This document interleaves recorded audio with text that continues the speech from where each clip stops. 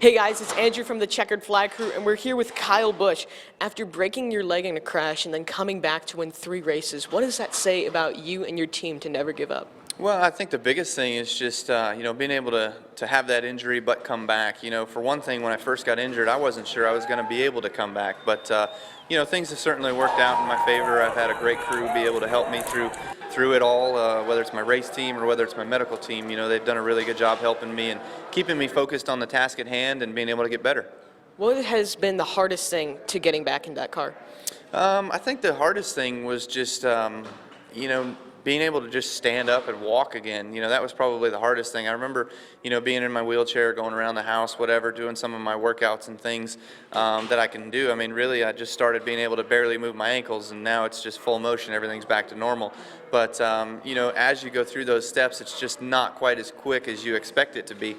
And so you just got to be patient with it and know that it's going to take some time. If you were to go back to your 6-year-old self racing a makeshift go-kart around the cul-de-sac of your neighborhood and tell him about all the success in NASCAR, how do you think he'd react?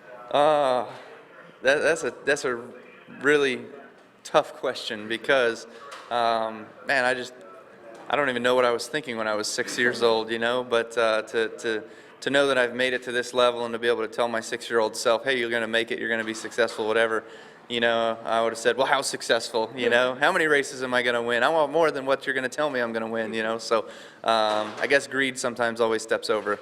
At what point did you feel like you made it in NASCAR? I don't know. I think the point in which I feel like I made it was actually not when I first got here, not when I first got my first win or anything like that, but it was more so kind of when I transitioned from Hendrick Motorsports to Joe Gibbs Racing, and there was actually other teams out there that were invested in me or wanted to have me as a part of their race team, and so that to me felt like, okay, I'm here, I'm wanted here, and people want to have me drive their car. Who'd you look up to when you were growing up racing? If it was NASCAR, I looked up to Jeff Gordon. He was kind of my hero. He was the guy that I looked up to and I followed because he was kind of coming into the series as I was just old enough to start watching and understanding it.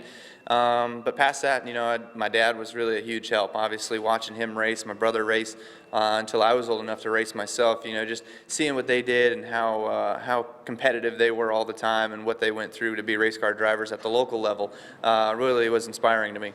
Do you still look up to them today?